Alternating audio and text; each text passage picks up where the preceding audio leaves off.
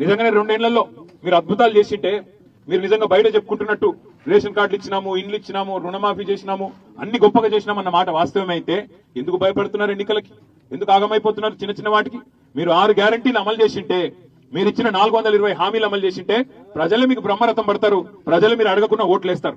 కానీ ఇవాళ ఈ పంచాయతీ ఎన్నికలకే భయపడిపోయి ఇవాళ ఇట్లా దౌర్జన్యాలకు తెగబడుతున్న కాంగ్రెస్ కార్యకర్తలు, నాయకులు ఒకటి గుర్తుపెట్టుకోవాలి, ఎప్పుడు రోజులు మీ కావు. 10 ఏళ్లు మేము ప్రభుత్వంలో ఉన్నాం, మరి మేము కూడా మీ లెక్కనే ఆలోచించుంటే ఇలా కాంగ్రెస్ కార్యకర్తలకు ఈ పరిస్థితి ఉంటుండేనా? ఆలోచించండి, ఇది మంచిది కాదు. ఇప్పటికి కూడా నేను చెప్తా ఉన్నా, ఇకనైనా ఈ దిక్కుమాల రాజకీయాలు బంద్ చేయండి, ప్రజలకు మంచి చేసే కార్యక్రమాల మీద దృష్టి పెట్టండి. ఇక మీరు ఇట్లాగే పోతుంటే మరి మేము కూడా తిరగబడక తప్పని పరిస్థితి వస్తుంది.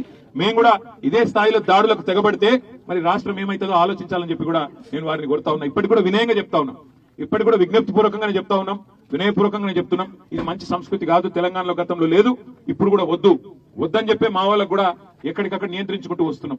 ఇక్కడ మల్లయ్య గారి మీద దాడి జరిగి వారు చనిపోయిన మరుక్షణమే నేను ఫోన్ చేసిన కిషోర్ గారికి, తమ్ముడు మరి మేము అందరం కూడా రావాలన్నా, ఎమ్మెల్యేలు అందరం అని చెప్పడమే కాకుండా వారిని కాపాడుకున్నారు.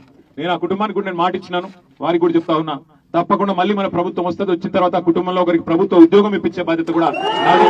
వారిని కాంగ్రెస్ నాయకులు కవ్వించే ప్రయత్నం చేస్తున్న మొక్కవోని ధైర్యంతో ధీరోదత్తంగా పోరాడి మరి దగ్గర 50% ఇవాళ సర్పంచ్ స్థానాలు కైవసం చేసుకున్న వార్డు మెంబర్లు, ఉప సర్పంచ్లు గెలుచుకున్న మా గులాబీ సైనికులందరికీ శిరస్సు వంచి వారికి నేను హృదయపూర్వకంగా నేను అభినందనలు తెలియజేస్తా ఉన్నాను. తప్పకుండా మళ్ళీ తిరిగి మన రోజులు వస్తాయి, ఎందుకంటే ప్రజలు ఎదురు చూస్తున్నారు గ్రామాలలో. ఎప్పుడు తిరిగి కేసీఆర్ గారిని ముఖ్యమంత్రి చేసుకోవాలా, ఎప్పుడు ఎన్నికలు వస్తాయి, ఎప్పుడు కాంగ్రెస్ మోసం చేసిన కాంగ్రెస్ కి బుద్ధి చెప్పాలని ఎదురు చూస్తున్నారు. కాబట్టి అప్పటిదాకా శాంతియుతంగానే పోదాం. వాళ్ళు ఎంత కవించే ప్రయత్నం చేసినా మనం మాత్రం హింస వైపు పోవద్దని చెప్పి కూడా మళ్ళొకసారి మిమ్మల్ని కోరుతూ, ఆ లింగంపల్లిలో ఈ రోజు ఇంత పెద్ద ఎత్తున విచ్చేసిన మా అన్నదమ్ములందరికీ అభినందనలు చెప్తూ, ఆ కుటుంబానికి పార్టీ అండగా ఉన్నది, మీరు కూడా మనందరం కూడా అండగా ఉండాలి, ఆ పిల్లలకు వాళ్ళ కుటుంబ సభ్యులకు కూడా అండగా నిలబడాలని చెప్పి కూడా కోరుతూ, మళ్ళొకసారి మా నాయకులందరికీ కూడా పేరు పేరున ఈ ఎన్నికల్లో అద్భుతంగా పనిచేసిన నాయకత్వానికి, కరతేడాతో ఓరిన వారికి కూడా అందరికీ అభినందనలు చెప్తూ, జై తెలంగాణ.